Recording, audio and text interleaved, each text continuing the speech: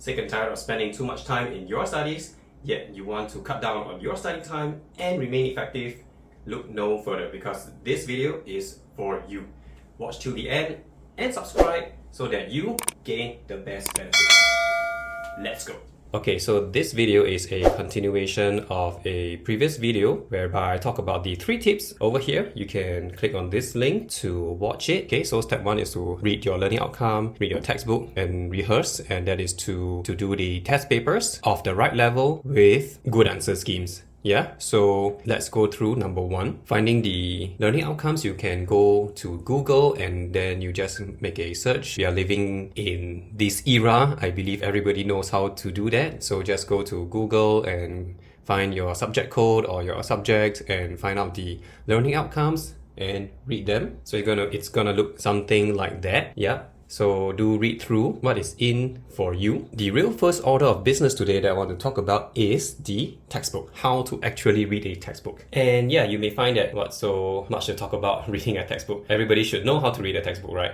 Actually, no. When I was tutoring, I had actually a Sec 4 kid who does not know how to read a textbook. So I asked this kid to actually find the answer in the textbook. I handed her the textbook. She held it like it's some ancient artifact and has literally no clue how to work a textbook. So to reduce any confusion of what I'm going to talk about, I chose chemistry because I believe most students are chemistry students. So even if you are taking biology, usually it's matched with chemistry, or if you're taking physics, it should usually also match with chemistry. Chemistry textbooks should cater to the wide audience. Number 1, make sure it is the right subject for you, right advised publisher that your school is using. This is just an example. Check the binder, check the spine, check the subject that you're actually using. Textbooks are equipped with a content page, right? So it tells you like, okay, what is in it over here, and this is the going to be the page number. This is where you will find the first page of this chapter itself. And you can see over here, it's already in sort of a point form. So it is the main point, and these are all the sub-bullet points and their respective pages over here. You can already look at what the topic is covering and which are big topics and which are small topics. So reading textbooks and reading content pages is actually a skill that really not much people are talking about. So know how to work your textbook. So let's go to the first one, and now we note that actually in this main chapter there are 4 sub-points. Are there more sub-points in each of them? We have no clue. We have to go and check it out. So let's just do that. Okay, so now usually in secondary level and below, textbooks or school materials are usually very colorful. So this is already pretty colorful and there's a lot of pictures over here. What you need to know over here, what the skill sets that you need is to be able to find out all the headings. So where are all the headings? So now we are over here 1.1. So now we know that in chapter 1 there's a 1.1, and in 1.1 where are the other headings? So over here. So this should jump at you, this should jump at you, this should jump at you.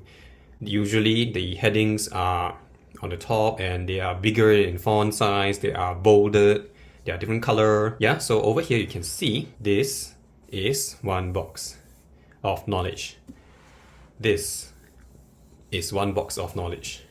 This is another box of knowledge. So instead of a sea and a mess of words, you can already see that this is chunked into 3 boxes, and that splits up the attention, makes it a lot less scary. So yeah, same, another box, box, box, box. Just like that over here on the 3rd point. Yeah, and then this is the first sub point, and sometimes there are even more sub points. So that is the reason why in the previous video I mentioned that I like to learn things in point form, because that is a good way to map out a good majority of topics. So let's come back to the sub points, and sometimes sub points have their own further sub points. So there's another 1, 2,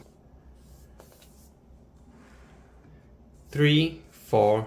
Usually you can see that because the font size is different. So train your eye to be able to see these things. Usually in school textbooks, it's already very kind, you know, they already highlight in different color that definitions that you need to know.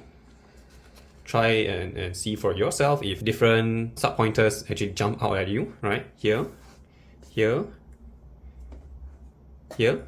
So you can see. Now let's move on to second chapter. And yeah, bam, it's the same, you see. They're all in the same format. They're all big point, smaller point, even smaller points. Everything can be possibly arranged into a point form or, things like that. There is a lot of things that are going on. Do note of the headings. So say these are headings that talks about W to X. Then this is another heading that talks about X to Y, that is over here, and Y to Z, which is here to here. Always try to look for information that is from small to big, chronological order, big to small, things like that. Some kind of sequence. So over here, there's a sequence that is given to you in the form of time.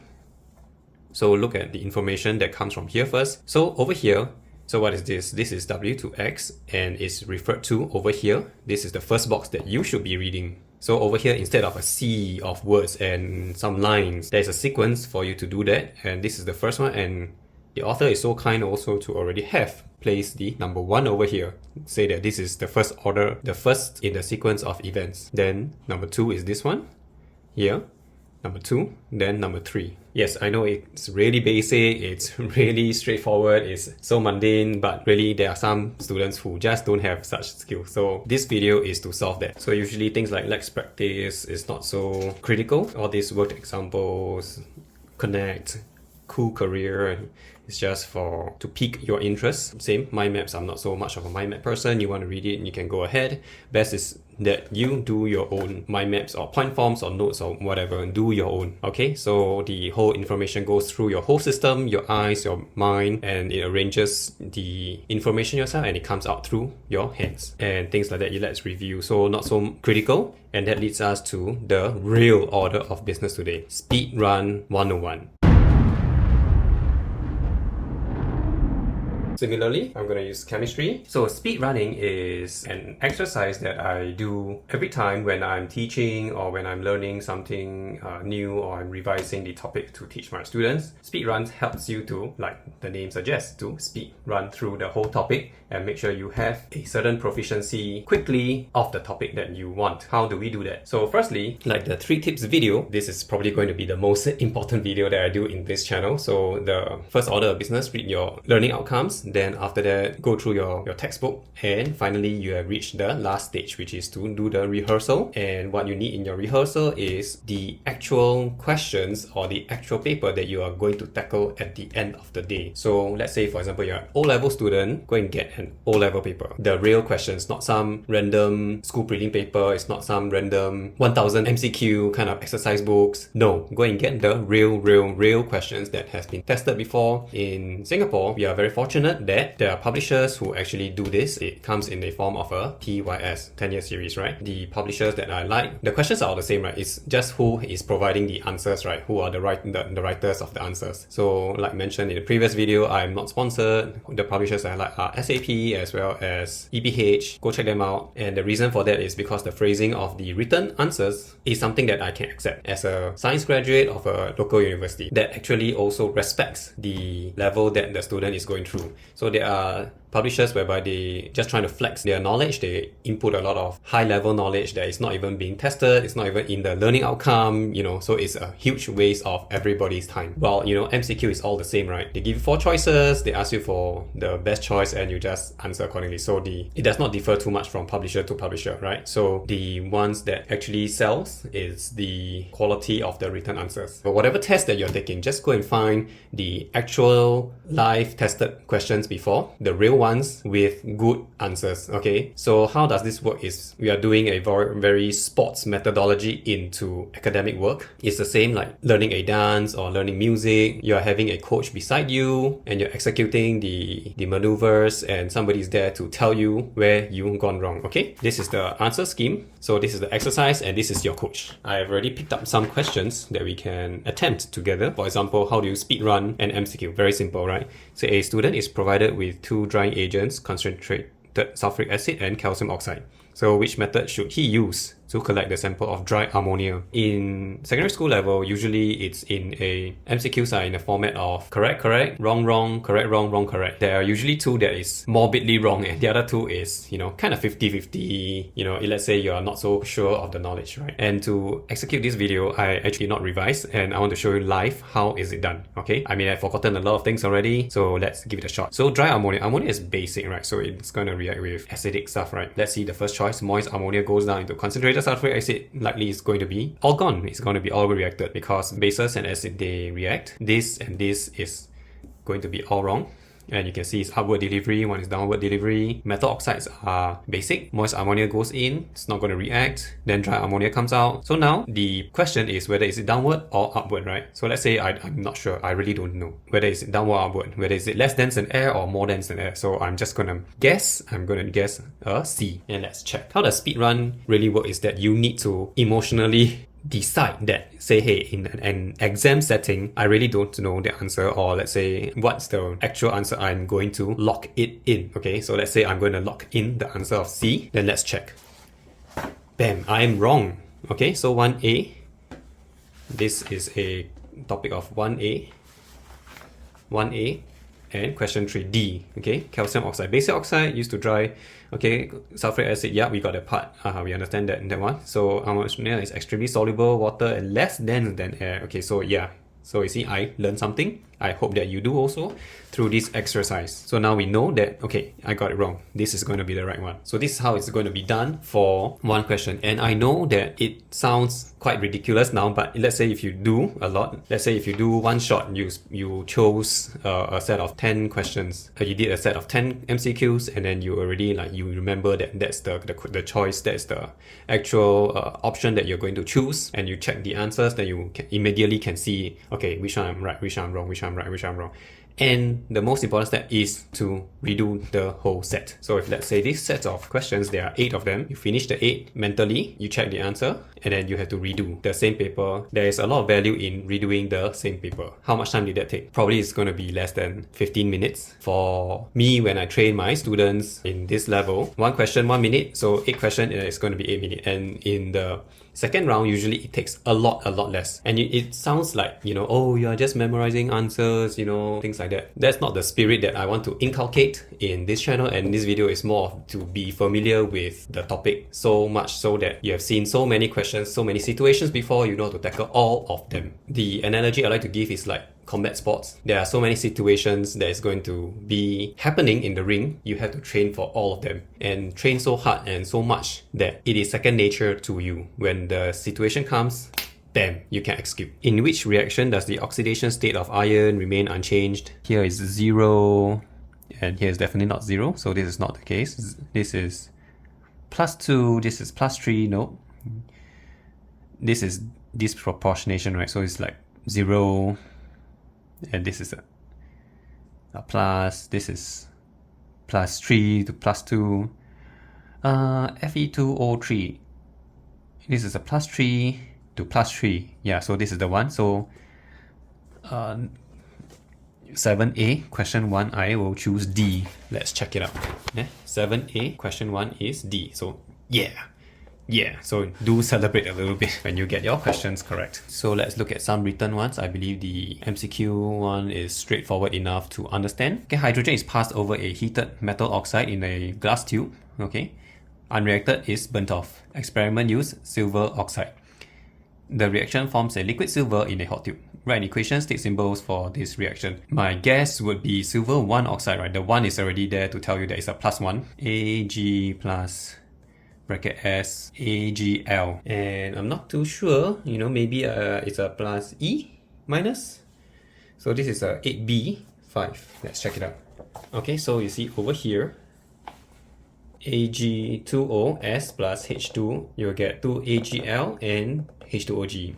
So yeah, I've been tricked. So when I say I didn't revise, yes, I really didn't revise for this because I want to show you how mistakes are made. How do you rectify it? How do you learn? That's the most important part. So I guess I've been tricked because I recall that I need to split ions in the ionic equation, but all these are not exactly splittable because none of them are in AQ, aqueous, none of them are an aqueous substance, so they are all S, G, and L, and these are equation whereby it's already the ionic equation on its own, you don't need to split. The changes that happen during the experiment involve both reduction and oxidation.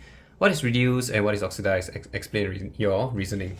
So over here you have 3 points. Look at this, there's 3 points there, so you need to at least have 3 sentences inside this answer. Ag2O to AgL it's reduced because loss of oxygen and loss of oxidation state. That's sentence number 1. Sentence number 2 will be hydrogen is oxidized because it gains an oxidation state, it also gains oxygen, right? And I'm not too sure already. Let's see what they have over here.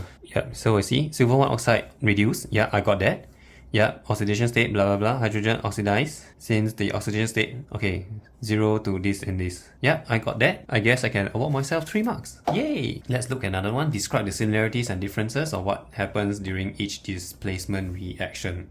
And then the techniques for both extracting copper and bromine involve displacement reaction. So displacement is like, if you watch the previous videos, it's going to be like the snatch boyfriend, snatch girlfriend type of reaction. Before you even try to attempt in your mind, you need to picture how the structure of the answer is going to be like. So you have copper, bromine, similarity and differences, right? So I already can see that I am arranging them into a table form. So copper, bromine, similarity, differences. So you talk about 2 similarity, 2 differences, and that's about it. That's 4 sentences, you get 4 marks, right?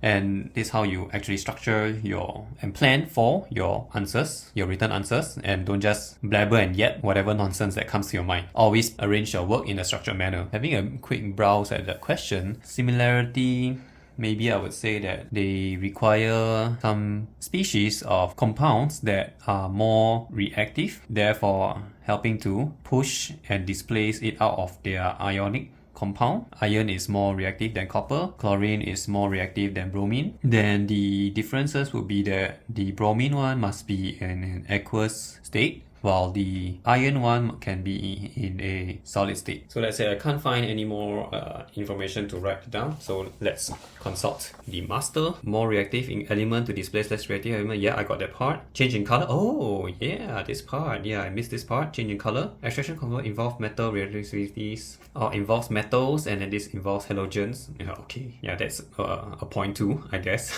Then displacement of copper plus 2 reduced to Cu. Gain electrons. Ah, this is a good point. So another one is by losing of electrons.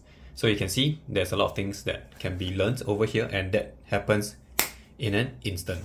You don't need to wait to write it down, hand it to somebody else to mark it for you, and then you finally learn your mistakes. And okay, let's see some short examples from the biology one.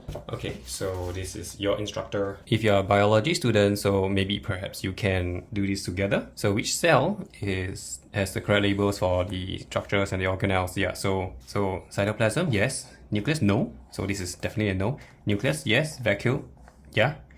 This is a plant cell. You can see the cell wall, yeah, here, and chloroplast. So this is probably already correct.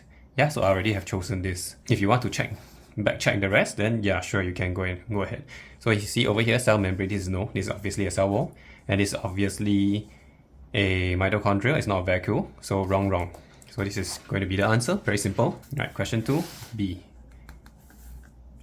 Bam. So celebrate a little bit. Okay, table shows some tests. Okay. Food sample digested, which smaller units are released. So the sample, Benedict's, there's no, blue means no sugar, red, not violet means no protein, iodine, blue-black means there is starch. Okay, there's no fat involved as well, so this is a starchy food. So which smaller units of starch will be digested to glucose, right? So from 4 should be C. And bam, okay, go. Nice. MCQs are going to be like that. Okay, let's look at this. So in biology, usually there's a lot of things to do with processes. Therefore, there's a lot of what we call essay questions. So things like 4 marks and above is pretty much an essay question already. A good tip for all students probably will be, once the mark awarded is 3 and above, it's already good to start planning what you want to write, so you don't write nonsense in incoherent sequence. So this is talking about smoking, long-term smoking, damaged lungs, micrograph, never smoke, micrograph, long-term smoker. So you can see that these are well-defined gaps, and a lot of gaps, and these are very loosely defined. State 2, visible change. So probably I would say that this one, the integrity of the walls are in place. Here the walls are damaged. You can see that it's been torn apart. The walls are one thing. This has more numerous spaces, and these are numerous well-defined spaces, and this one does not have. So these are the 2 things that probably I want to say. Okay, over here, the number of alveoli in the lungs significantly lesser. Okay, yeah, I got this one. Average size, okay, is larger for the smoker. Okay, this is another one. We do not have this one. So any 2, right? We should state 2, visible change. And then presence of more pores, okay, yeah, this is probably talking about this damaged walls. So this is the one that we planned for. I guess we secured the 2 points. Explain how the changes in this can affect the health of a person. Wow, and it's 4. We need to write 4 sentences. So probably short of breath because not enough gas exchange is taking place. Cannot do sports, coughing, wheezing. I'm really not so sure how I'm going to secure this. So yeah, I'm not acting. I really cannot remember. Okay, because I did not revise. It's been a while. Yep. Okay, let's check it out. I'm probably going to write like that few sentences only. Decrease surface area, reducing. Oh yeah, explain how the can affect the health. Yeah, explain. So yeah, because there's less gaseous exchange due to the decrease in surface area. Okay, blah blah blah. More perforations, air leak out, reduce elasticity. Oh, okay. Reduce volume of air, emphysema. Wow. Okay, yeah, these are all the points that I've forgotten. Condition, decrease, blah blah. Suffer from breathing difficulties, wheezing. I think probably I'm going to get like 1 point, 2 point.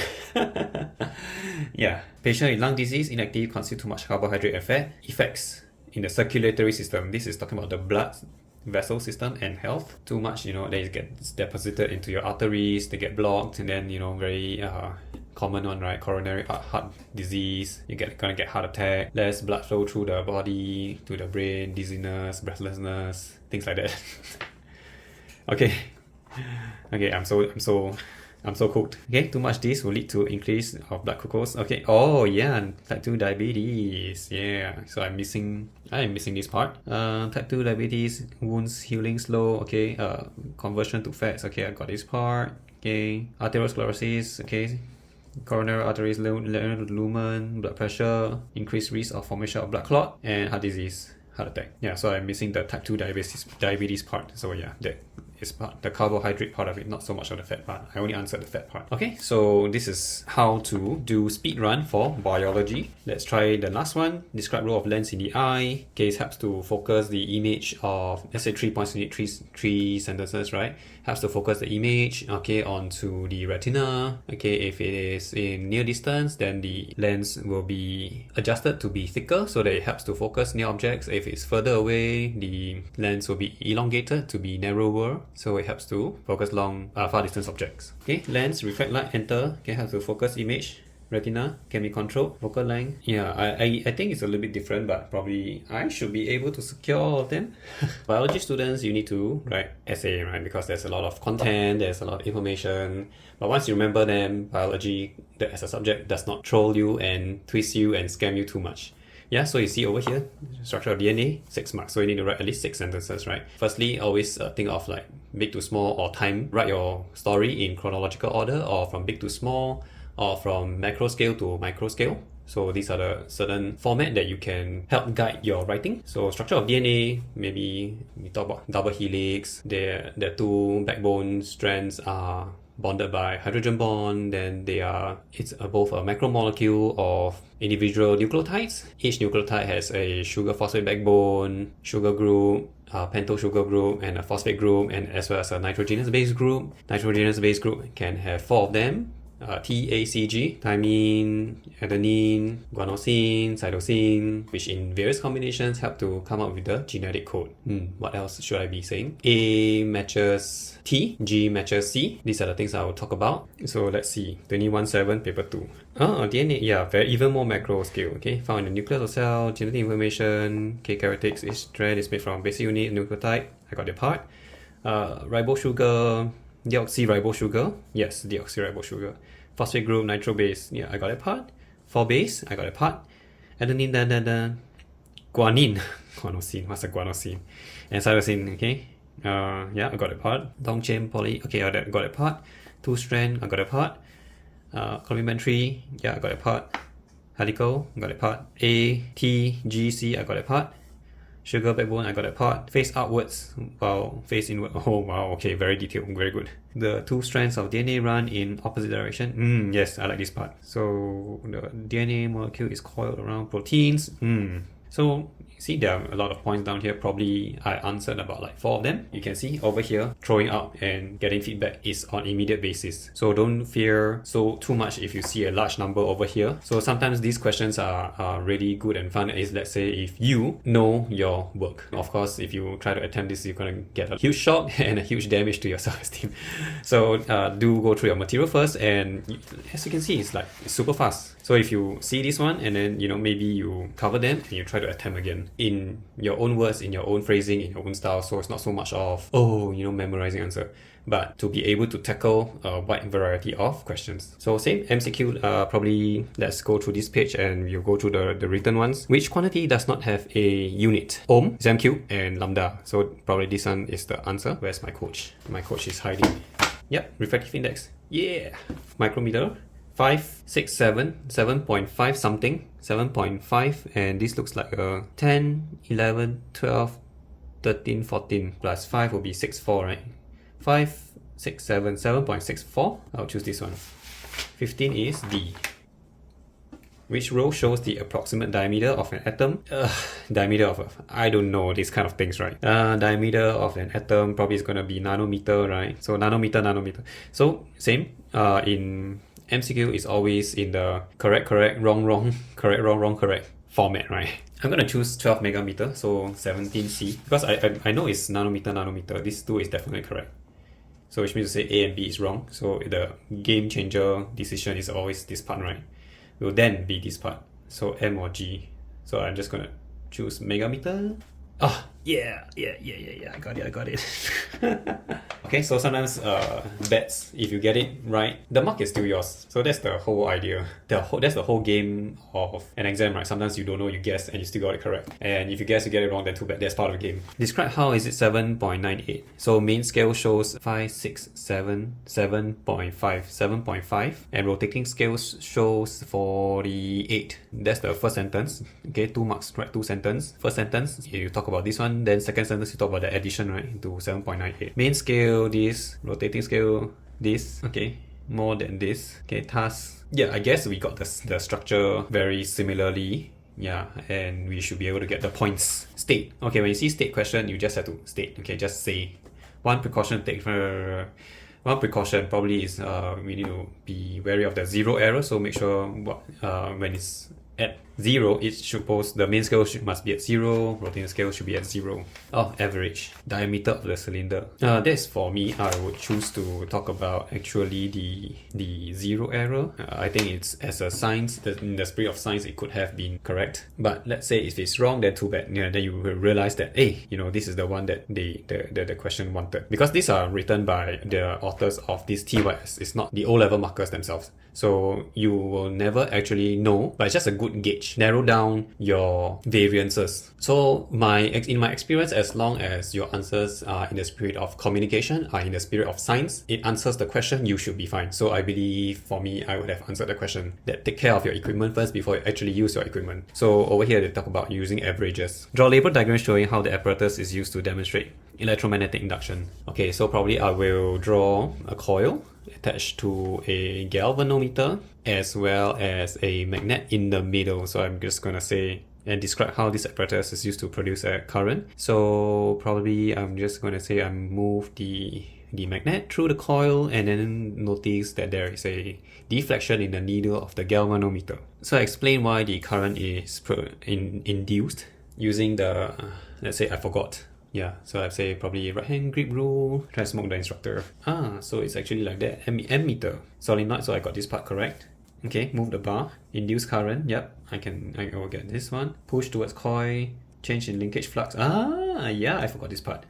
Between bar magnet and coil, therefore Faraday's law, induce current produced, causing current to flow in the circuit. Yeah, so this is how you quickly learn through your mistakes.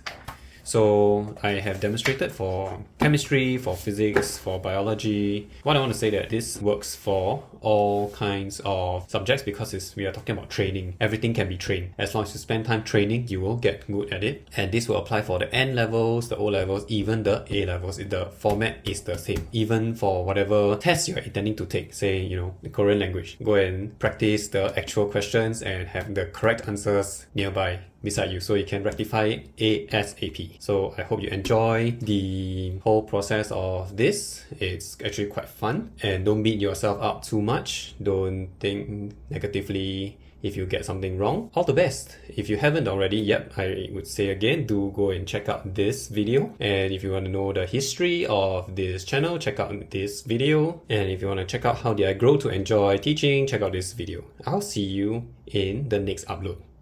Bye.